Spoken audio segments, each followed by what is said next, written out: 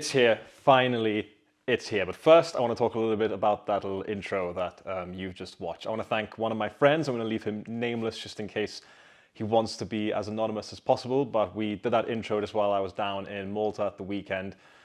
Took us maybe half an hour to get it all done. It's a little bit tongue-in-cheek, it's a bit of a joke, but I want to start doing maybe a few of those intros every now and again for films I'm either really anticipating or just films that are probably going to be the biggest films of the year. But anyway, without further ado, let's get into it. So as I mentioned at the start, it's finally here. Furiosa, a Mad Max Saga. Let's look at some footage. Furiosa, a Mad Max Saga, is a 2024 release directed by George Miller and also written by George Miller along with Nick Lathuris, who's the writer that he's written the previous Mad Max films with, and it's starring Anya Taylor-Joy and Chris Hemsworth. So it's as the title says. This film follows the character of Furiosa, who we've met in the previous film Fury Road, on a 15-year saga which he's had developed from a young child up into the Imperator that we know. Now, cards on the table. You can tell by doing the intro and all that, I was pretty excited for this film. I'm a huge fan of the Mad Max films, huge fan of all of them. I love them all in their own way, particularly of Fury Road as well. So this probably was one of my most anticipated films of the year, and I'm gonna stop you before you think that's gonna make me biased. I'll be honest and say that I was really worried when they first announced this film. Not because I didn't believe in someone like George Miller making another Mad Max film, but I was kind of just like, do we really need a prequel about a character that isn't Mad Max when we kind of go to the Mad Max movies for Max himself? But then looking back, Furiosa was such a great character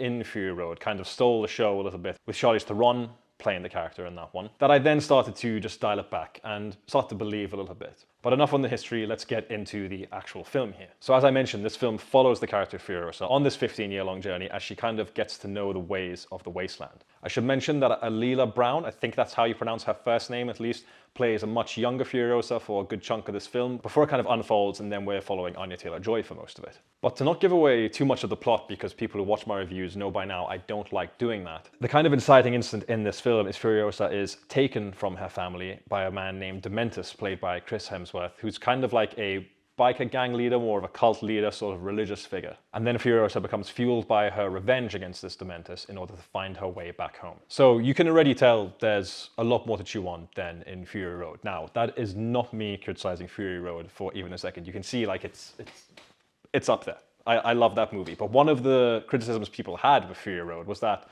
it didn't really have much plot. And I normally just say to those people, you're an idiot, Fury Road is one of the best action films ever made, one of the best films of the 21st century. But people that had that complaint of the first movie, George Miller's kind of flexing on you over here. Because as the title says, a Mad Max Saga, that's exactly what this film is. It's a saga, it's an odyssey, it's an epic. It sounds like a hot take, but it's not really a direct comparison I'm making here, but I would say that this film has more in common with something like Ben-Hur or Lawrence of Arabia than it really does with Fury Road. And that is exactly to say that this is completely not what I expected from this film. I mean, looking at the trailers and stuff, it's obviously got the big action sequences and the camera work's very similar with those cool whip pans and the big zooms, and it's playing around the frame rates again. But where Fury Road was just this balls to the wall action epic where it was non-stop and you never had time to breathe, Furiosa has much more of an unfolding tale as things go. And don't get me wrong, it is not without its action sequences. And there are 4 or 5 action sequences in this film which are on par, if not in a way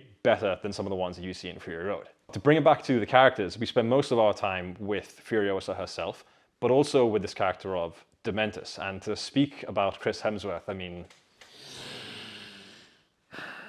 a lot of people only know Chris Hemsworth as just like Thor, or he's doing like the stand-up comedy stuff that he was kind of doing in something like Thor Ragnarok, which got a little bit stale if you ask me.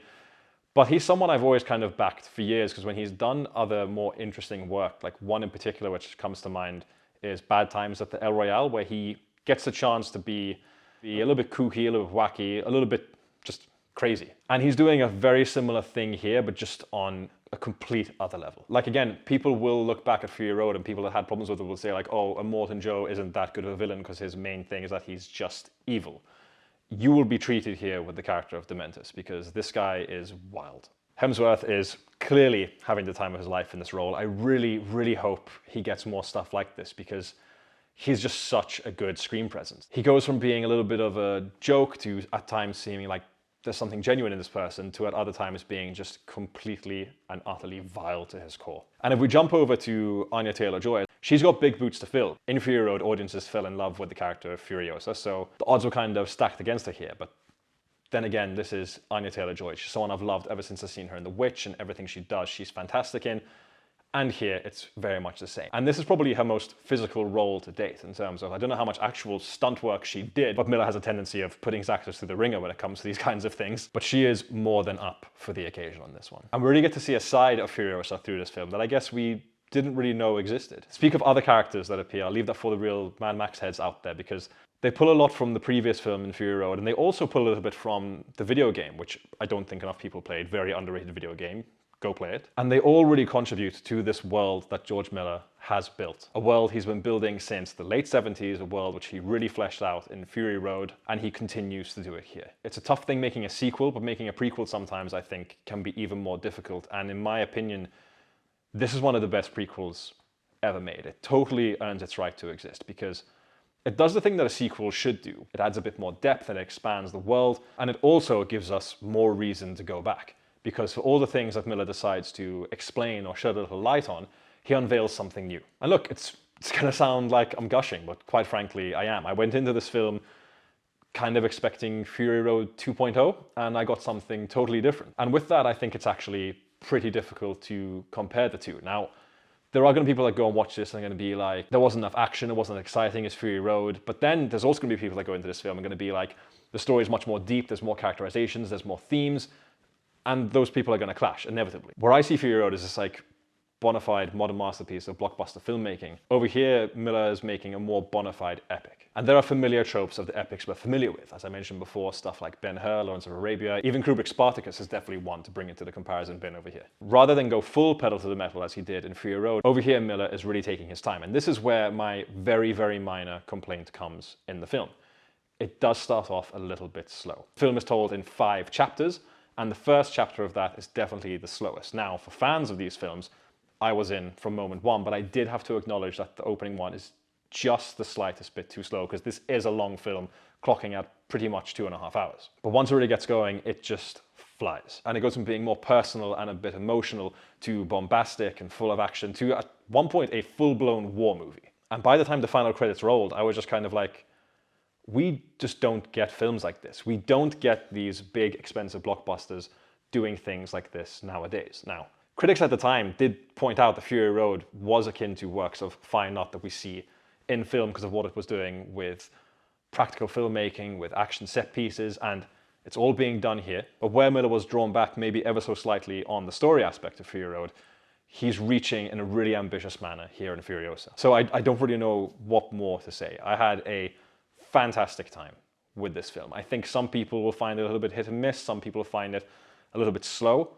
I fail to see how they're going to see that. I'm just trying to be diplomatic over here. But I think ultimately, I think a lot of people are going to ask me, which one do you prefer, Fury Road or Furiosa? And I don't have an answer for you. Fury Road is this bombastic, 100-mile-an-hour action movie.